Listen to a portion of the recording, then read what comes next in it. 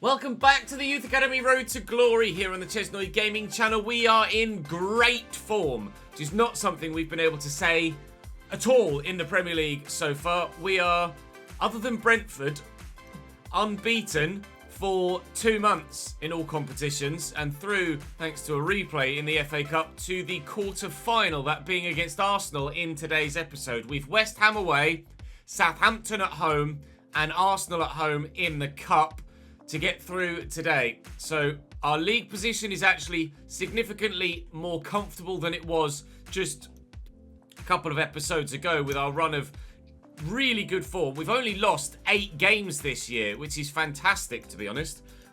Better than even Spurs in 6th. We're on 30 points and in 14th place, but we're a full 12 points clear of Crystal Palace in 18th. So we're having a wonderful season, trying, of course, to ensure that we get survival in the Premier League, and then from there, we'll see what happens. But with West Ham to start, it's a game that we, again, could do well in. And with Southampton after that, it's another game that we could do well in the league as well. Although the FA Cup game against Arsenal, probably a different kettle of fish, as they say. So we'll start with the hammers and take it one game at a time, whilst I ask you to please drop the video a like if you're enjoying this save, and of course make sure you subscribe to the channel so you don't miss out on any more of anything to come here on the ChesnoidGaming channel. There will be some F1 23 content on the second channel later this week, so do keep your eyes peeled on Chesnoid Plays, link in the description down below. And I also want to say in the intro, thank you to Robert for joining the Patreon, especially at the VIP tier. Very much appreciated, mate. Welcome to the gang. Right, West Ham away to start. Bubbles everywhere, but we like bursting them. West Ham have Etienne Green in goals. Zinchenko, Luizal, Klerston, Maguire and Miranda. Declan Rice and Scott Underwood in the midfield. Beno Gittins, Golovin and Evan Nielsen is the front 3. Declan Rice 87. Scott's now 86 rated in midfield alongside him. We are, as you would expect us to be, starting lineup wise.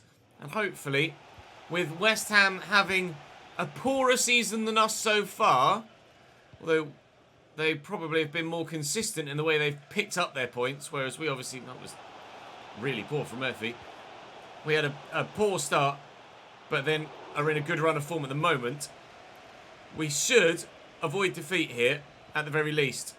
West Ham, 9 points worse off than us in the league. However, if they can play passes like that quite regularly, then we will be under pressure for the majority of the game. That was very well played through, and he should have done better with that. Beno Gittins short to Alexander Golovin, who's nutmegged Fleming as he went in for the challenge. And Underwood finds Evan Nielsen. Back to Harry Maguire. Evan Nielsen going for the worldie, but not getting it. And Bustamante will get that out to Lasse Schultz. I keep accidentally calling him Lasse Schörner. This is the only Lasse that I've ever known.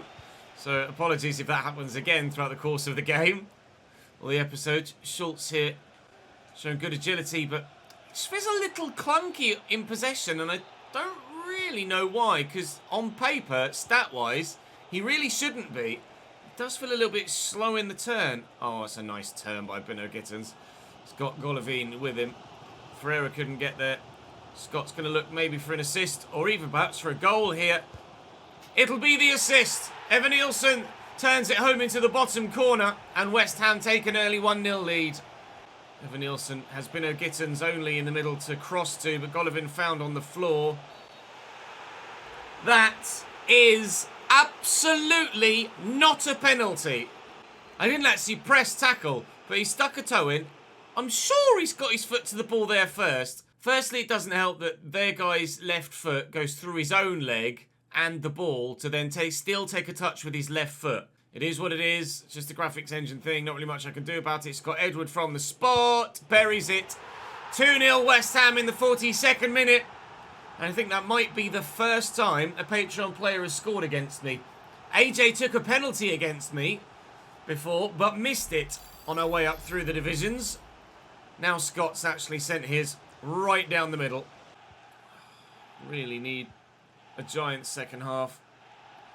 With the fixtures we have over the next few games in the Premier League, with both City, Arsenal Oh, Salinas! What a finish. Was that outside the box? That might be the first finessed effort from outside the box we've ever had in the save. Please tell me it was outside the box. We've got City, Arsenal. Oh, it was in the box. Not to worry. Still a hell of an effort. City, Arsenal, Manchester United and Chelsea all coming up over the next couple of episodes. The majority of which all in the same episode tomorrow, which is going to be really tough. So if I can still get points from this one and the one against Southampton, that's going to be ideal, because I don't think in tomorrow's episode we're going to be getting many points at all, given some of the opponents we have. And we're back to 2-1 here. They burst our bubble first half. We're going to look to burst theirs second half. And if we can burst it with a bigger bang, then maybe there might be at least 1 point. Who knows? Maybe more available for us here. Ivan Nielsen. It's a Bino Gittins. Declan Rice. Out wide here is Golovin. It's going to be another pen, isn't it? Ah! That one a bit more clear-cut and obvious. It's the second penalty that Ferreira's given away today. That one's just a body check. It's run into me as we stood our ground. Already got 1 pen today, Scott. Not going to get another. Saved by Richardson. It stays at 2-1 and the chance to rescue things is still there. Bino Gittins with the corner for them following the dud penalty. I've made a change to bring McDonald on for Lasse Schultz. Not been impressed with Lasse Schultz so far. He seemed like, oh no, Evan Nielsen makes it 3 anyway. Lasse Schultz, on paper, looked like a really good player. But either I just am taking a little while to get used to him, or he's not that great. Either way, it doesn't matter how good he individually is, because us as a team aren't doing the job here at the London Stadium. We are behind by 2 again. Not really anywhere to go. I need the support from short. We have it. Samaras has Bustamante there. Here's Edwards. Salinas. And maybe should have gone for the extra pass back to Edwards. No, we didn't need to.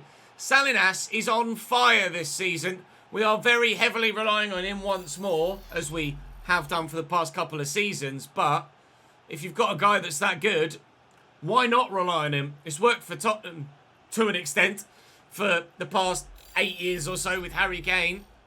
So we're doing the same with Nacho Salinas. 3-2. Still, there might be something in the game for us. Back to Underwood. Oh, he's going for the worldie. Oh, my lord, he nearly got it. Outside of the post from 30 yards. Alexander Golovin going off for them now as Maxwell Cornet comes on the wing. Oh, if only we hadn't given away the penalty, or if only they hadn't gotten themselves a third in this second half all told, we might have been able to steal a point with our Argentinian Harry Kane. But Nacho Salinas' efforts aren't, unfortunately, good enough to earn us anything other than a defeat here. So we've tasted a negative result for the first time to someone that isn't Brentford for the first time in 3 months. I hope that doesn't happen again today, because we would love to get through in the FA Cup and bounce back from that defeat with a result in the league against Southampton next time out. Lavery confirmed as going to Burnley. McCloskey confirmed as going to Mechelen. And Ziegler might be on his way to Lens. I'm hoping that actually we can just get a loan bid for him. Well, in fact, he has a loan bid currently in negotiation, so I'll reject the permanent bid from Lens, and hopefully Ziegler will get that loan deal agreed in the not too distant future. The game against Southampton, there you go. Ziegler going out on loan, perfectly timed. Southampton was a couple of weeks wait away as the international break was ongoing, but some fringe players agreeing their future, be that short term with a loan or long term with a permanent. They obviously won't go through until the beginning of next season, but monthly scout reports are coming back now. This is the first one from Australia, hoping to get some worldies from down under, but at the minute, maybe 500 grand for Riley Barrett. Let's see what happens with him. There was some call in the previous couple of episodes for me to change Paz's position from centre mid to a cam, and whilst I agree he would be better at cam, I have a number of players that are already better than him at cam. So I'd rather he developed as a central midfielder and just grew in that sense, so that I have an option there, rather than him be about the same rating or slightly below 3 or 4 others that can play in that cam role. So I'm leaving him as he is for now. Riley Barrett is not rapid, nor is he... his curve is one of his better stats. Free kick accuracy, a better stat. Long shots. Yeah, that's not the one. Sorry, Riley. You're not the one from Aussie. Hopefully we can find... Or not the one from Oz. Hopefully we can find another Aussie. Southampton above us in the league, actually, with 35 points. The gap was 12 to the relegation zone. It's now 11. Palace pick up a point where we lose our 9th game of the season. But we're at home now. And Patreon Park has been a bit of a fortress for us over the past couple of seasons. To keep you up to date with the fan objectives, we have now completed Nacho Salinas's goal contribution objective. He has 21 of 20 goal contributions in the Premier League this season. Still no manager of the month. Still not got 40 points, but hopefully that'll come in due course. We're good for the home defeats, although that might be added to here against Southampton. Finesse shots practically impossible for me with the quality of play that I've got at the minute from outside the box. But we've got 2 good victories against Nottingham Forest and Aston Villa so far this season. Southampton have brought with them Edouard Mendy in goal, Tsimikas, Diallo, Tapsoba and Gutierrez, Ward-Prowse and Florentino, Neto, Kenneth Taylor and Luis Diaz, and Patreon player Aidan Calhoun up top at 88 rated. Luis Diaz is 85 on the left. Ward-Prowse still going in Season 5. However, he's now 81 rated and has started to decline. It hasn't yet happened in the Southampton save we're doing on the second channel. Hopefully it doesn't for a little while, but we have bought our James Ward-Prowse eventual replacement in that save now in the shape of Nicolo Ravella. Hopefully we can keep Jim Jams quiet in this game. Do the job for me, please. Samaras is there. Decent ball. And Fleming. And Nacho. And Edwards. Tom Edwards! Edouard Mendy with a good save. It was well worked. Decently put together. But no end result. Aiden. Murphy gets a toe to it. But now it's just going to open up for them here, isn't it? And it's either shot or pass. Hayden takes on the shot and fluffs it. You expect much better of an 88 rated player there to either have a better finish or the vision to see his teammate free just to his left. That is poor from the Canadian up top. Once Kenneth Taylor does see his teammate this time. And again, actually. Oh, Hayden. Come on, you're better than that. We're getting lucky with some of the obvious opportunities that Southampton are missing now. Mitz has turned into a fullback for the moment. Or more of a wing-back the way he's driving forward here. Lasser can make me a run. And Schultz, hopefully with decent agility and good passing, finds Edwards in the box. Tom Edwards! Oh! Edouard Mendy is doing just enough against my Welshman so far to ensure that he doesn't concede a goal. Although he got a bit lucky with that one because it could have deflected around and ended up in the back of the net anyway, despite the save. 10 to go in this first half. Still 0-0 at Patreon Park. Diaz picked off well by Ferreira. Oh, and there's the press. Came out of nowhere, the fullback there. Calhoun. And Neto! Pedro Neto wide of the target. Luis Diaz picking up a yellow card for clattering Ferreira earlier in the half. But Neto should really have done better with that chance. It was a good opportunity to give his team the 1-0 lead here. A lead that I'm not sure whether they deserve or not. Both sides have created. Neither have found the back of the net, although they've been inaccurate with their efforts, whereas ours have been on target, but the goalkeeper has pulled out a couple of very good saves. We might well be scoreless at half-time. I'd probably take scoreless at full-time, but we're not even going to be scoreless at half-time, because Luis Diaz has finished that superbly well, and we are now behind at Patreon Park. Oh, that's late. I'm sure that's a foul. I can't quite... Oh, it's opened up. Not at the beginning of the half like this. It's a good save. He must have gotten something on the ball there in the midfield, but strong challenge, to say the least. Luis Diaz, their goal scorer, to take the corner. It's not a bad one, but Murphy will get rid of it. Manchester City through Erling Haaland, taking a 2-1 lead against Brentford. Diallo into Calhoun here. Oh, that was delicious with the potential assist, but a very, very good save. Strong arm to ensure there's no second for Southampton. Whilst it's just one, we have to be confident of getting at least one. Oh, it's a lovely ball. Neto has the overlapping run. Neto's going for goal himself. Good save by Richardson. I was headed towards the top corner. McDonald looking for Salinas. Tom Edwards making the run. Salinas needs to find the pass. He has done. He's up against Diallo here. Tommy's on his weak foot. He'll use his right. He'll score with his right off the post. And we're level at Patreon Park. And maybe we won't be losing another home game this season. Fleming looking for Edwards. Finding him. Fleming's gone again. I think he's just onside here because of the attentions of the man in the middle to Nacho Salinas, who's now left him free, and Nacho might just win it for us. He got the assist for the opening goal, and now he's given us the lead. Nacho Salinas again leading the line for AFC Chesnoid. Just good movement to back off the defender, and a good finish too. That is Nacho Salinas' 23rd goal contribution of the season so far, and I believe his 15th goal of this Premier League season as well. There you go, 15 and 26. Nacho at it again. Neto down the line to the byline. Decent delivery. Oh no! Diallo immediately pulls Southampton back level. It gives it one to the fans as well. Not sure about the defending there, if I'm honest. He's underneath this, Mitch, and he is starting to have the occasional mistake in him, isn't he? 2 against Brentford recently, and now this mistake here where he goes up for the header. Does he just chest that? As he jumps too high, it hits him on the hand, actually. Hits him on the arm and falls straight to Diallo. So they could have had a penalty. Instead, they got a goal via open play anyway. 2-2. Excellent chest control. Luca Digne here in the box. Oh, straight at the keeper. Anywhere but there. Southampton win it by 3-2.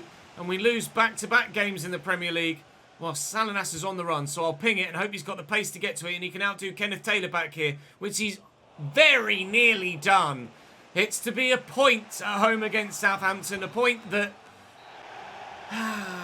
we feel frustrated that we didn't get the win, but equally Southampton will feel like they did enough in that game to warrant something from it, considering the amount of chances they created. So a point is probably a fair share of it, although having come from 1 down and taken the lead late on, it is annoying not to have gotten the win. But it's another one to keep our points tally ticking over. 31 now for the season, and our next game draws our attention back to the FA Cup. Arsenal have a strong team. Ramsdale, Pavard, Christensen, Militao, Grimaldo, and 90 rated Sandro Tonali, 89 rated Camavinga, Moretti, Martinelli, Saka, and up top is Luke Plange, although they do have slightly tired Joao Felix on the bench as well. They are good, Arsenal. We have them next in the Premier League as well in just 3 days' time, but this one is all about the here and now with no other alternate motive other than getting through to the next round of the cup. Saka, lofted ball looking for Plange. Oh, first touch, mate. How's that?